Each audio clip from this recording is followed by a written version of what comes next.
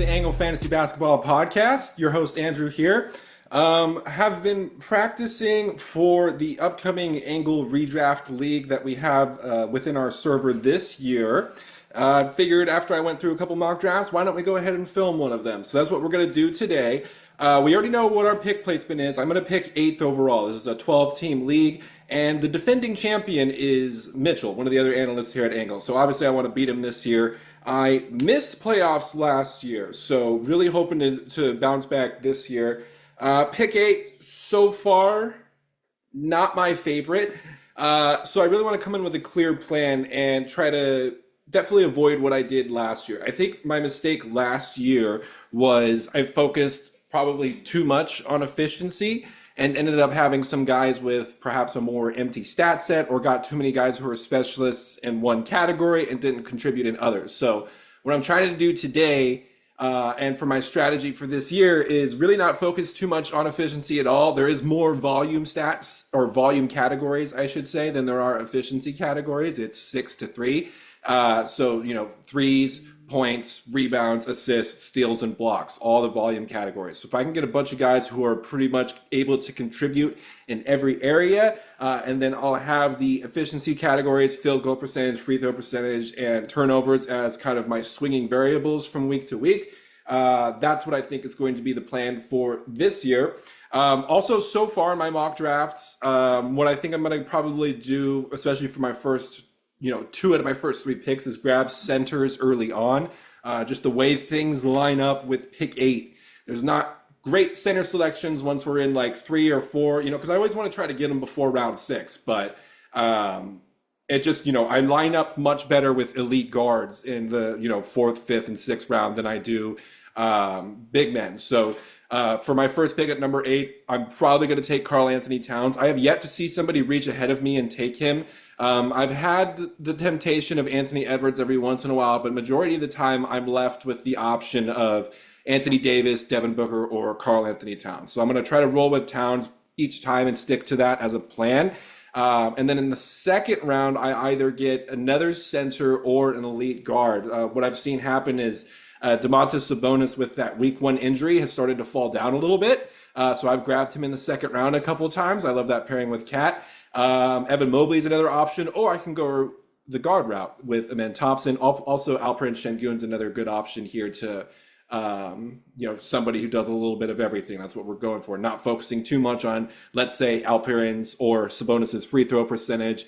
Not my concern too much for this year. So looks like they're going to stick me with Towns, which I'm totally fine with. I think I'm going to go with him over an AD or over a Booker this year, although Booker is very, very tempting. Really, the main reason why I'm doing this is to grab the center spot early, because, I can miss out on Booker here, but maybe get the cheap version like a Donovan Mitchell in the next round, or, get Jamal Murray in the 3rd round or something like that. So like I said, these later rounds for me after these earlier ones here line up better with elite guards. So, getting a little bit of value out of the bigs early is the plan for sure.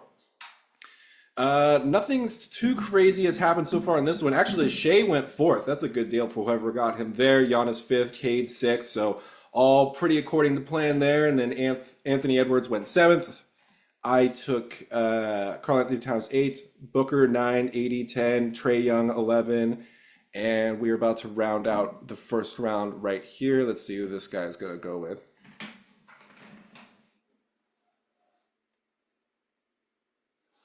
But yeah, still not necessarily my favorite for pick 8 this year. Okay, so the first round ends with James Harden being selected. So still some talent here on the board.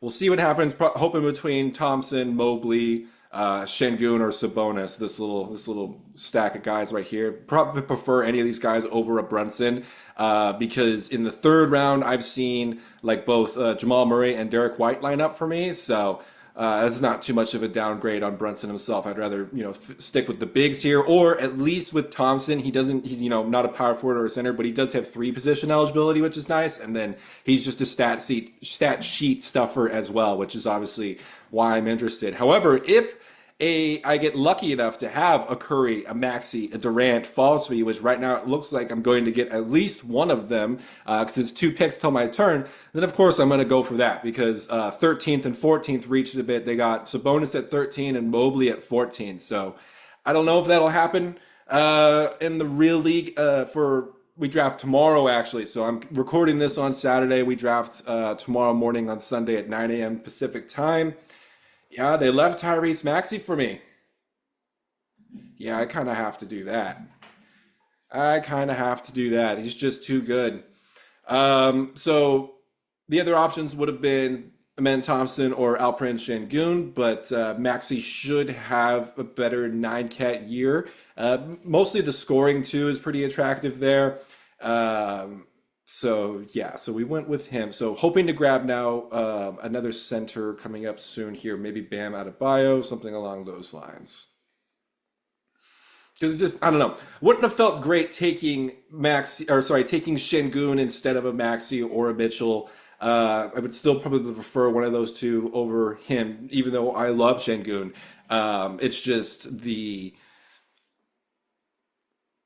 three-point volume, scoring volume, steals, assists. So there is still a lot to like about Maxey. Yes, I know he doesn't rebound, but there is some other categories here that I am very interested in about him. So let's see here. Jalen Johnson went 20th, Chet Holmgren 21st, Jalen Brunson 22nd. Okay. Ben Thompson's still on the board after the first 22 have been selected. That's pretty surprising, actually. I've seen him then usually go in the top 20 so far, so pretty interesting there. See LaMelo Ball still on the board as well. I would love to see both Ball brothers in the playoffs this year. Charlotte might have a shot to get in as a lower seed or maybe in through the play-in. And then Lonzo, if he's healthy, will definitely get some playoff reps in because the Cavs are really good still this year. So that'd be really cool to see both of them, especially if they end up matching up with each other in the East. Like, let's say first round, second round, Lonzo versus LaMelo. That'd be pretty cool. Obviously, health will be the biggest factor in that for both of those guys. And especially, too, health will be the biggest factor in getting Charlotte to the playoffs. So we'll see how that turns out. Josh Giddey at 26. That's usually about when I've been seeing him go. Scotty Barnes, 25th. I know some people have been pretty concerned about Scotty Barnes' preseason so far. I mean, there is more mouths to feed. Like, he didn't really have to deal with sharing with Quickly that much last year. Quickly was hurt most of the year. Brandon Ingram barely played there last year. So bit of an adjustment to get used to now playing alongside Ingram Quickly. RJ Barrett is still there, obviously. New draft picks have been brought in, so bit to get used to for Scotty, but he should be fine. I'm not concerned about him. Just don't reach for him like too early. 25, that's not a big deal. But there's some people, at least within the dynasty realm, that have been a bit concerned by him. If you do play Dynasty, we just did our October rank update for Dynasty Basketball. Over 300 players ranked. We have the whole 2025 class incorporated. All injuries and transactions up until October 15th are accounted for in those ranks. So I'll link those directly in the description here. You'll be able to go straight to that. Excellent tool to use for your Dynasty League. So what we do is we compile the average ranking between myself and my partners here at Angle, Braxton and Mitchell, and that's how we put together the overall average composite rank that we bring to you. All right, so like I said, right after the first round, I really usually tend to get matched up with elite guards. So Jamal Murray is an option here. Jalen Williams is also an option. I'm going to pick Murray just because Jalen Williams' wrist injury is kind of freaking me out. Little concerned by that. Like, I saw him shooting left-handed for a few weeks in a row here, so not my favorite to see something like that happening. So the only downside of what I did, the only downside, I guess, of somebody like a Maxey falling to me in the second round is instead of going with a Mobley, Sabonis, or Şengün, Murray has usually been my round 3 option. Any centers around there would usually be a reach. But now here for round 4, I have to hope that one of Jaren Jackson or Paulo Banchero, who surprisingly has center eligibility, remains. Just because in the 40s here, Zubac, Joel Embiid feel a bit rich. Myles Turner actually would not be a bad pick here at all. I really like what this role could entail for him in Milwaukee this year. So that actually might be the play to get me a second center here. There goes Paolo. Not interested in Zion, not interested in dealing with LeBron or Fox's injuries to start the year. Especially as somebody who recently missed playoffs, just not interested in those like injury stashes this year. I want to hit the ground running, try to put up, as much production as I can, get those wins in early. What if it comes down to a game or two for me to miss the playoffs? Well, then I'll be pretty sad about, taking somebody who's hurt, losing a couple of matchups. So maybe if you won a few years in a row and you want to stash LeBron, stash Fox, that's 100% okay. Just not something I'm interested in this year. I think I'm going to take Myles Turner once this comes over here. Oh, crap. Dyson Daniels is still there. Did he just get picked? Yes, he did. All right, cool. I'm actually kind of glad he did because that made things a lot easier for me. Let's grab Myles Turner here.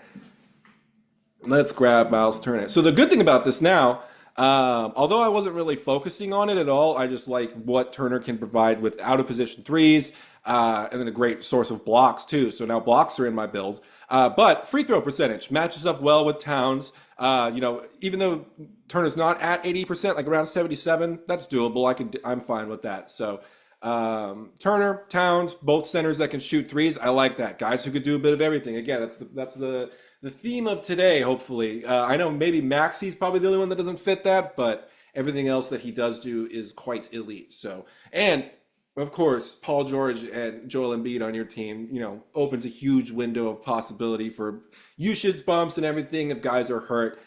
Maxey's kind of just should be the focal point of Philadelphia moving forward because obviously Embiid and George are not going to be there forever. Okay, so as we roll around to pick 5, this will be, I think, 56 overall will be me here.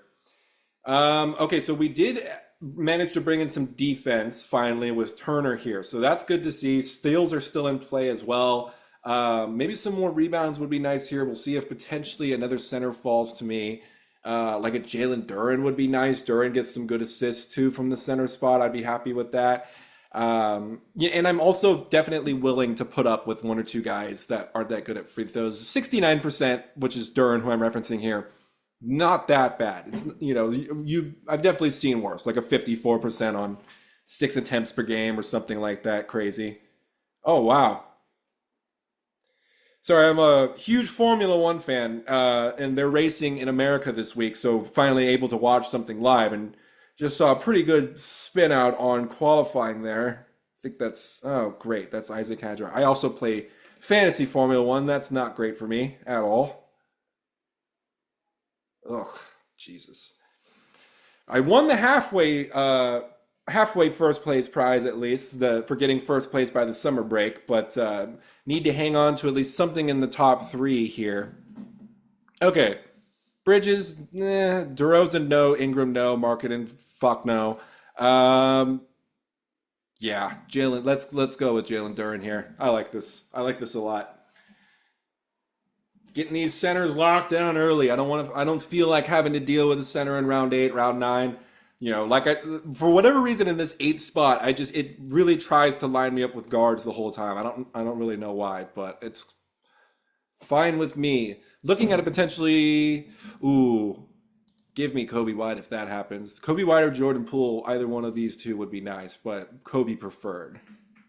Yes. Yeah, over Levine. Yeah, that's fine. Let's take Coby White here. 65th overall. That feels great.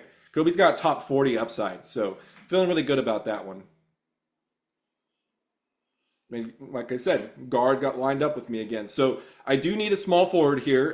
Cat does have power forward eligibility, which is great. Not too worried about the ability to find a small forward, especially once we get later on in the rounds here. That's where a lot, because the point guards and centers go early. That's who has the most full stat sets. And then the small forwards, the wing type players will kind of start to come around later on here. Moving on to my 7th pick, which will be pick 80, like a Christian Braun right here. That would be awesome. Modest Buzelis at 80 also would be great. Can't necessarily go wrong with Mikal Bridges. Not a very exciting pick at all, but a rock solid contributor. Always durable. Always can always expect at least over 17 points and 3 rebounds, 3 assists. So not too bad there. It's mostly the scoring that you're going for. But I am trying to be more focusing on volume. So perhaps Mikhail is not the best selection. Modest would be nice just to fit the blocks part, especially if he's able to contribute blocks for me out of the small forward spot. That would be great. Braun has a great stat set that I'm looking for too. Same does Ausar Thompson. That would also be a great snag for me too if I can get Ausar. So let's line up this queue here. Honestly, in this exact order: Ausar, Braun, or Modest. Any of these three. Like my other partner at Angle here, Braxton, huge fan of Christian Braun, has been for the last couple of years. So he was definitely pretty early on him, but he's been preaching as much as he can about how he expects Braun's assist rate to rise, which I think is a pretty reasonable expectation. So still hoping for one of Ausar or Modest. So like out of my favorite breakout candidates for this year, Ausar and Modest are both definitely there. Hartenstein would be cool, but I don't want to go too overkill on centers.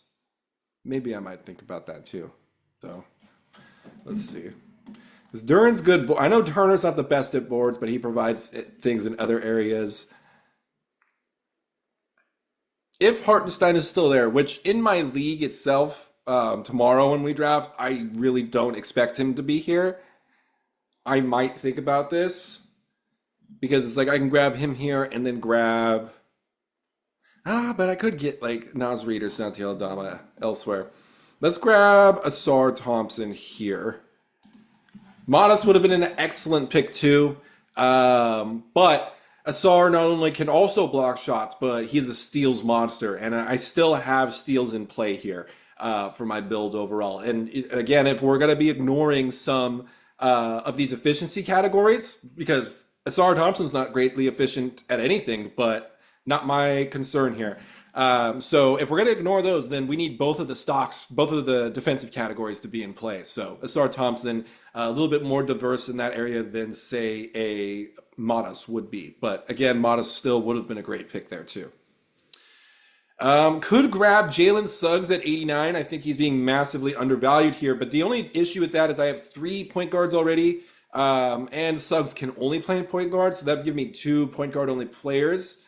I guess it's not the worst thing to happen here. Please leave me Christian Braun. Please leave me Christian Braun.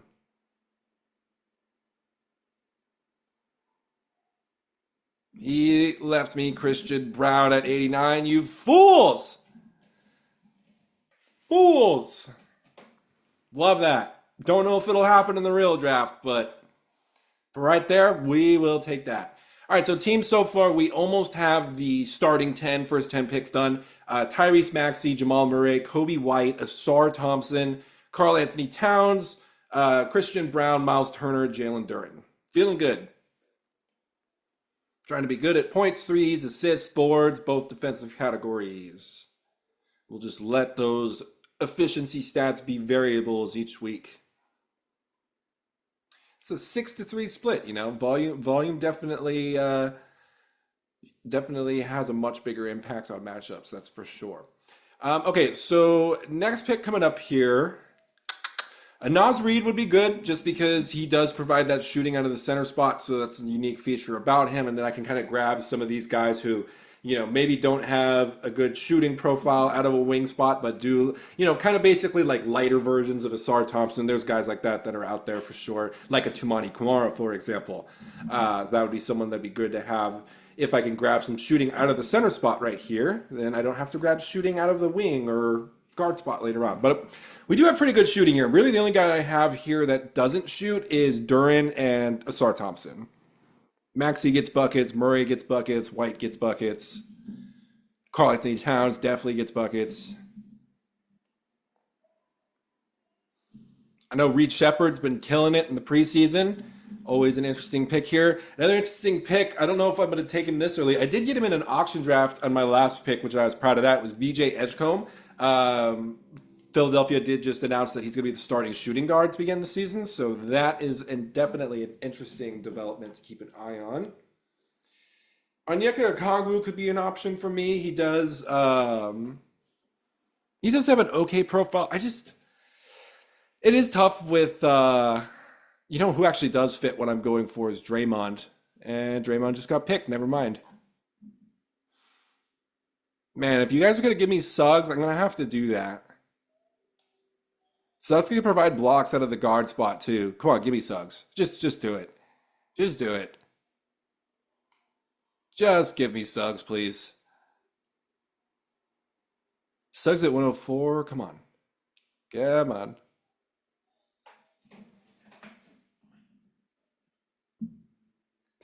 John Collins. Yes, let's go. All right, locked in Suggs at 104. See, that's the value he's been falling at, and I think he should be more, top 80 at least. But if people are going to just keep letting him fall into the early 100s like that, then definitely capitalize. He's, for whatever reason, I really can't identify why, but he's just getting largely undervalued in leagues. And I think people are just focusing too much on the new names in Orlando and not focusing enough on, Suggs getting back to full health and being a part of this team again. So, okay. Let's see who's going to come to us on the turn here. Nikola Jovic is definitely a very, very interesting one. Perhaps might get a chance at Reed Shepherd, but just going to be loaded up on these point guard, shooting guard guys, which I don't know how big of a fan I am of that. Keegan Murray is hurt long term. Andrew Wiggins wouldn't be too bad here, actually. What else could we look at? Tobias? Always a possibility. I might go Jovic. Did he just get picked? No, he did not. Not yet, at least. Jovic is just more of an upside play here. Someone, like, if I want to be safe, Aaron Gordon is here. Wiggins is another option, like I mentioned earlier. Wiggins is also just a little more interesting, too, because of that Harrow injury. And also, you gotta think that Wiggins' role and everything is more secure than Jovic is. Let's take Wiggins here.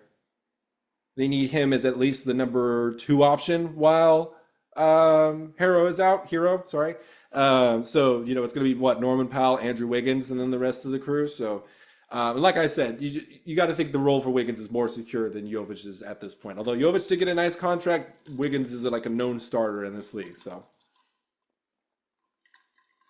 again, not great at efficiency in regards to Wiggins, but trying to spread the love here with everything. And I also still wanted some last second scoring because last 3 picks in a row, like Browns is okay, but like Ausar is not a great scorer. Neither is Jalen Duren, and Suggs is okay as well. So Wiggins should provide a little bit more of a boost there. What did he have last? I mean, he averaged 19 points per game with Miami last year, but it wasn't slightly different circumstances. But if Wiggins is averaging like 17 points per game, pretty happy with that. Okay, thinking about maybe another center on this next pick here. I don't mind. A lot of people are scared off of PJ Washington, but I don't mind that pick at all because he's been starting every game so far in the preseason, like whenever they have the actual starting unit out there. I think, and he just got locked into that big contract extension as well. So that would be a very, very expensive bench player if they did choose to move forward that way. So I believe it that Washington's starting and that Dallas is just rolling out that jumbo lineup that includes Cooper Flagg, Anthony Davis, one of Lively or Gafford, most likely Lively, and PJ Washington all on the floor at the same time. Bobby Portis is another one. Jovic might potentially fall to me here. We'll see. Somebody like a Washington or primarily a Portis, get me some more boards here. And he provides shooting out of that center spot. So this, I did miss out on both Naz Reid and Santi Aldama. So Portis would be a nice consolation here. And he got drafted. Cool. Cool. Love that. Ty Jerome is interesting. I just saw Scottie Pippen is hurt, and John Morant is currently there, but does get hurt quite a bit too. I'll keep an eye on Neemias Keita too. He's definitely an interesting one for a late center pick. Yves Missi, that could actually be good for a hot start just because Looney is hurt to start the year. Derek Queen is still not there, so Missi's kind of the only option right now. Ace Bailey just went at 122. I like that as a flyer. I could go with VJ Edgecombe here. I also like Jaden Ivey as a bounce back pick for this year. But VJ does have that defensive element that is nice. What do we got here? 120. Reaching for someone like VJ is not that bad at this point, especially if we're talking somebody who just got announced to be the starter. So if I am really that desperate for boards on the turn, there is somebody like an Yves Missi or a Wendell Carter. But hit myself in the head there because I absolutely should have Kyshawn George at the top of my queue. Kyshawn George is a perfect fit for what I'm trying to do. Absolutely perfect fit for what I want to do. Little bit of everything. He is the king of that. Huge, huge fan of Kyshawn George, especially for an upside play this year. More of a fan for him than I am for, like, let's say a VJ. So I'll grab one of these, Washington or Missi or somebody like that later on. Let's get one of these upside guys in Kyshawn or VJ here. Hopefully Kyshawn stays for me. Let's see here. Because, like, Dante is okay, kind of boring. Same with Davion Mitchell. Who just went? Jeremy Grant? Okay. Yep, Kyshawn George. Let's go. Very glad I noticed him at the last second there. Very, very happy about that. Super, super happy. Okay, if Yves Missi is there next at 12, we're going to grab him. Seal off the final part of our boards here. And look at that. We were able to grab two small forwards in a row there with Wiggins and Kyshawn. So now I'm not worried about that spot. Now we got Wiggins, Kyshawn, Ausar, and Christian Braun to fill that. Feeling pretty good.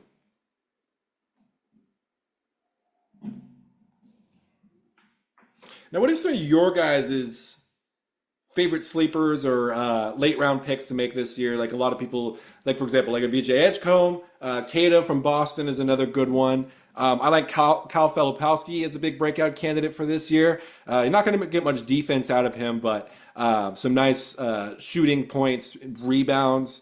And some out of position assists from Filipowski. That could be a good person for my queue to get. Let's get him in there too, actually, now that we're talking about him.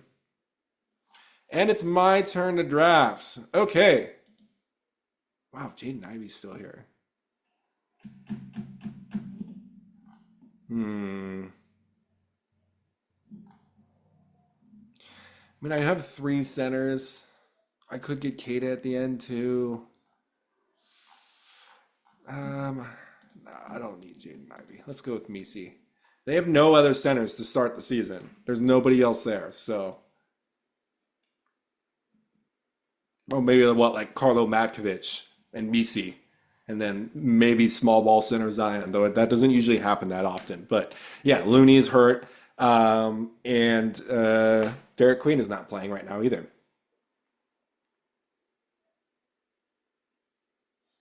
Jalen Wills, Colin Sexton, Grayson Allen. A lot of auto picks going on here. Let's grab Filipowski at the end. Take a flyer on him. Could easily be dropped at some point. Or actually, no, never mind. Let's grab VJ first if that happens. But if that does not happen, we'll get either Kata or Filipowski. Let's see. Still some guys left in the draft room.